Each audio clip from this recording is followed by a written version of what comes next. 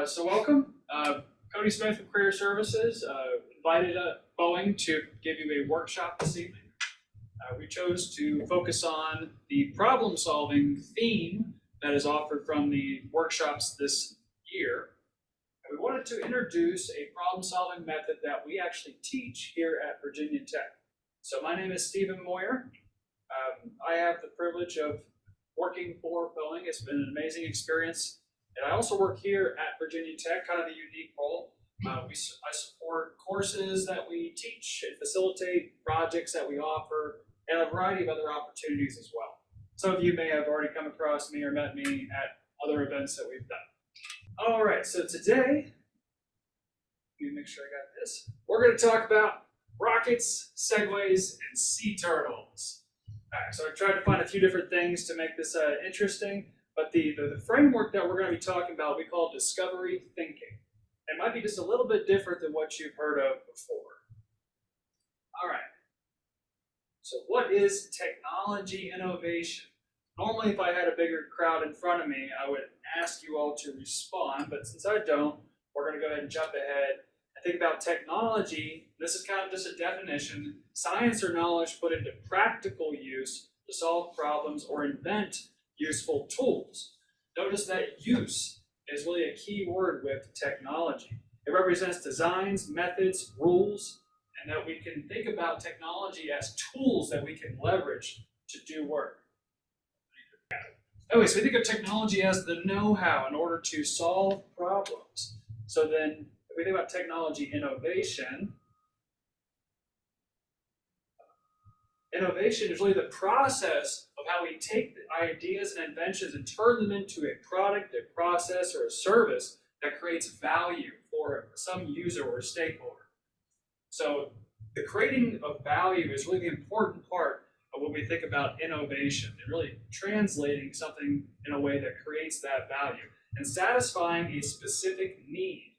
Often we look at inventions and say, oh, well, this is great, it does all these things. But then we forget that if it's not satisfying a specific need, we're really not innovating. But we like to think about innovation that really comes from you and your experiences and your interests. That is really the fruit of creativity and innovation. So why do we care? It's a good question to ask. So I think this comes from McKinsey. This comes from World Economic Forum. It was published a few years ago. Here are the top 10 skills that technologists need to have going into 2025. I think it's a bit vague. But these really do capture well what type of learning we are really trying to promote in our discovery thinking framework. So things like complex problem solving, that's kind of the main focus of the framework. Really, how do we use technology? How do we leverage technology? How do we identify some capability that enables us to innovate? And then some of these other pieces like creativity and analytical thinking, we try to wrap a lot of these ideas up in how we present a problem-solving method. And I put some pieces in here for why these are important to Boeing. I'm not going to go into too much detail, but generally, we find that complex problem spaces are not often the ones that you find in your engineering classes or your sociology classes. They're really complex because they involve lots of different people. There's lots of different needs that need to be met. There's lots of different desirable outcomes that need to be achieved. So let's talk about problem solving. I promised a rocket, so there's our rocket. That's going to be our rocket for problem solving. We're going to talk more about rockets. So problem solving methods, I'll put them up here. So traditionally, if you just look up problem solving methodologies, here's a few that you'll often come across. So the golden circles approach is a classic example of how we kind of question a process or a problem in order to arrive at some kind of design or solution. Systems thinking is very relevant to how a lot of engineers do design work, or you decompose some problem or process down into its component parts in order to better understand how it all fits together. And then design thinking is really where we're going to focus more. Now, we call that a more human-centric perspective because we're really making sure that we're considering desirability. Is there a stakeholder need, and how do we know if it's being met? Is what we're working with feasible? Do we have the means to actually do the thing that we want to do? And is it viable? How do we know if it will be successful? How do we know it'll perform to what we expect it to perform to? We'll talk a bit more about those ideas. So often what's missing from those approaches, we don't often consider time it takes to time considerations within problem spaces, different impacts outside, a variety of different types of constraints. We try to boil those down into what we call a sustainable approach. All right, so I am going to ask this question, see if someone can answer. Who knows what happened with the Space Shuttle Challenger? This is even a little before my time. There you go. The O-ring melted. Wasn't it last? No. Definitely an O-ring issue. You're close. You're very close. So I'll kind of give you the very vague version. Is that there was a lot of pressures to launch this to launch this rocket and this mission. It was very cold in the morning, and what they found is that a lot of the testing that they do and a lot of the designs didn't take into consideration freezing temperatures and defrosting of components. Well, the pressures, I guess, mounted, and they decided to launch anyways. And ultimately, it was an O-ring failure because it was too cold, and it leaked fuel, and ultimately led to the disaster. There was a lot of great things about the Space Shuttle Challenger mission. It had a well-defined need. It was well-designed. It went through all of NASA's technology readiness gates. It had a good test program. However, what we call our sustainability challenges with this is that there were inspections that weren't completed, there was an operational environment that was not considered, and that there was cost pressures that were really pushing forward something that was not quite ready. So that's why we kind of arrive at this four-set assessment that really does a good job of providing us an analysis of discovery thinking. We'll talk about the larger framework, but the four-set assessment, I talked about desirability and feasibility and viability. Sustainability is, can we maintain a certain rate or level? Now that's kind of vague, so we're going to have a few examples. So here is the full problem space, and I'm not going to go into too much detail. This is the framework that we promote. So all the way on the left side, you see, I've got a cursor.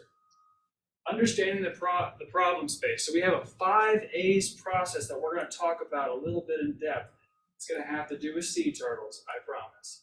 So awareness, acquire, analyze, assess, articulate. These are ways that we can really decompose and understand the problem, and we can arrive at the composition of the systems that we're working with, identify outcomes that are desired, scope the problems, arrive at solutions, assess them, and eventually create a proposition of value. Remember, going back to that idea of when something creates value, that's when we're innovating. So we're going to break into this a little bit more detail. So first we're going to talk about segues. I was actually thinking about trying to add the video of the White and Nerdy. Does anybody remember that? No? Okay. Just me. Anyways, it's like a spoof from Weird Al Yankovic. Oh, White and Nerdy. Yeah, so the White and Nerdy. Yeah, it was great. But I was like, nah, video's too much. So segues. So who's ever actually ridden on a Segway? I'm not raising my hand. Anybody online ever actually used a Segway before? No, I didn't think so. So it was a really cool product. It had a lot of publicity around it when it was coming out. There was a lot of exposure. But you don't see them, they're not prevalent today. You don't see them on sidewalks as often. It's more of use for tourism than anything else. I need to get this out of my thing. All right. So broadly, what contributed to the failure of the Segway innovation? And then we'll talk whether or not it's actually an innovation. There was a lot of expectations. And we say that was really a feasibility issue. We didn't really understand if we had the ability to deliver on those expectations. And this is probably one of my favorite, if you take nothing else away from today's workshop, here is one to take away. It was a product and not a solution. And that's what we're really trying to drive at with discovery thinking, understanding the difference between designing a thing and designing something that actually solves a problem. And in order to solve a problem, we really need to put a lot of other information around that that problem to best understand it and deliver on it. There wasn't a clear need or a target market. It was kind of a novelty that they threw out there, and people thought, oh, this is going to be great. Everyone's going to want to do this. This is a great mobility devices. You know, I look around campus today, and I see students on the scooters, electric skateboards. I'm like, wow, these are real mobility devices with clear stakeholder needs, clear cases, clear markets, and they don't cost $5,000 either, I wouldn't imagine, unless you're getting something really high-end. And ultimately, there was regulation issues. You know, they started to roll these things out into various locations, and hey, they don't really work on sidewalks with pedestrian traffic. They're a bit too bulky and clunky. There's safety issues with them. Well, if I can't use my Segway on the sidewalk, why would I buy one? So this is just a good lesson in failed innovation. So ultimately, the main contributors to the failure were desirability. They had a really high price tag. There's a major barrier for people to invest in a risky mobility device. The sustainability challenge was broadly that it was challenging to use. You know, I can imagine today's skateboards and scooters are also challenging, but you know, such a big device that moves so fast, there's a lot of safety issues there. And viability. Ultimately, the performance of what they expected from the Segway product did not deliver. All right, but this is how we learn. And if anybody tells you you won't learn more from failure than your successes, they're probably wrong. I know I have learned a lot more from what I have done wrong and things that I have made mistakes on than I have in things that I've succeeded at the first try. So I love this quote. Thomas Edison have not failed, just found 10,000 ways that don't work. Good life lesson there. All right, where's my sea turtles? There's my sea turtle. All right, so we're going to talk about that 5 A's process in that framework, and this is really, again, understanding the problem space. All right, so I'm just going to kind of throw all this out there. So this is kind of how we define these pieces. So awareness, we're really thinking about what are those specific stakeholder needs and the constraints around them. Can I actually go do research and gather data, better understand those needs? What other solutions are out there? What competitors are trying to develop solutions to this problem? Can I actually develop something to do testing with? And then can I identify what is enabling? So I think a really good example that a lot of you might cling to with this is, let's say, you know, we all have our phones in our pockets, and I struggle with my calendar apps. I don't know why. I just feel like it's so clunky. I always have to go in there and do all these things. What if a solution had some enabling capability like AI? Generative AI is becoming so prevalent in a lot of what we're doing today. If only I could integrate that into my solution and define an outcome that delivered the performance I want out of my calendar app. So just kind of a quick way of thinking about enabling capability. All right, to my sea turtles. So here's a case study. Let's assume that I'm a company that delivers solutions to customers that are doing environmental observation. They come to me and say, hey, we really want to survey sea turtles on a coastal line. We want to do it in a way, though, that doesn't create an annoyance to the community, and we want to do it in a way that's sustainable. So what we find from that situation is that there's a lot of different stakeholders involved, and each of those stakeholders has a unique need. So the customer wants to observe the nesting. That's what it was. They want to observe the nesting practices of the sea turtles on the coastal lines. Someone actually has to operate some device, such as a drone, to perform that observation. So they have a need for remote piloting. And then, of course, there's that general population user group that wants to have minimal impact. They don't want to have any kind of contact with the sea turtles. They don't want to have any noise in their environment. So now we have some specific needs and specific stakeholders. And every stakeholder brings a unique requirement. So that's kind of our awareness piece, really identifying those needs. All right, so for the acquire, and I'm not going to go into all this detail. This is a bit more dense than I think we need. Acquire is really the kind of the research piece. We want to collect data, perform studies, try to best understand those needs, understand the context of the problem, and ultimately we want to develop a business case. We want to understand the market, our competitors, anything else along those lines. So the analyze, so here's a concept of operations for the sea turtle surveillance. And we pitch it this way to demonstrate analyses that can be performed. So you have a base station for your drone, you need to take off, you gotta go and you gotta do some amounts of observation before you return to your base. So this is a concept of operation. It's a great way to communicate the problem space that you're working with. All right, so we call that the analysis. And I'm not going to go into too much detail with this. So other parts of this is we could decompose that system that we're trying to develop into its component parts. We have some aircraft, maybe it has a camera, maybe some other type of sensing technology that delivers the capability that the user wants to observe the nesting. It has some kind of propulsion. I would guess it's probably not going to be gas, it'll probably be an electric drone in today's world, but maybe not. And it needs some kind of control. So these are kind of ways that we can break this down into its system level components.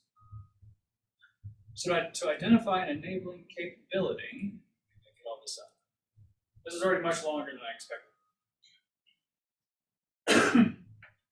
So to the assessment, we're really trying to think about, okay, there are some specific needs that are being met by the technologies and capabilities we're identifying in a system diagram. I want to get to the more neat stuff. So the outcome really needs to have some kind of scope. So here we have a proposed scope. We have some system of parts of a drone, has some purpose, and it performs these functions, creates these outcomes: package delivery, medicine delivery, inspection. So that's really where we're targeting for the sea turtles. All right, so I want to fast forward because I don't want to go through all of this. All right, I do like this quote though. For every complex problem, there is an answer that is clear, simple, and wrong. This is a really good quote because often we tend to conflate solutions. All right, so we went through this framework. And again, this is just one way that we propose is a valuable way to understand a problem, to really break it down into its system level components, think about what technologies can be leveraged, what capabilities can be leveraged to provide some value, to meet a need, but how do we assess that? That four-step assessment framework is a useful way to do that. But ultimately what we want is a compelling value proposition to say, hey, here's why our solution is the right solution to solve the problem or meet the need, to provide some type of benefit to a customer or user. All right, so just kind of, the purpose today was really just kind of give you an overview of that framework. Looks like I did fine to race through that. So what do you think is something new that you discovered from looking at the sea turtles example, or from looking at this systems level thinking, or from the assessment? Anything that comes to mind? People on Zoom, feel free to unmute. This is your time. Hey, you're welcome to unmute. Looks like we got several folks online. So the question is, I talked briefly about this. It really takes a lot of time to digest a lot of this material. But the basics are we really taking the time to understand needs? Are we gathering the data? Are we communicating it to our stakeholders? Are we taking their feedback and implementing it? Are we breaking this system down into its component parts? Are we understanding the context? And that's what we're really trying to promote, is looking at problem solving from a more holistic, human-centered perspective. So again, is there anything that you found useful? Well, I'm just going to take questions from here then. So again, you can ask questions about problem solving, ask questions about creativity. I imagine you probably want to ask questions about Boeing or just your interests in this type of activity.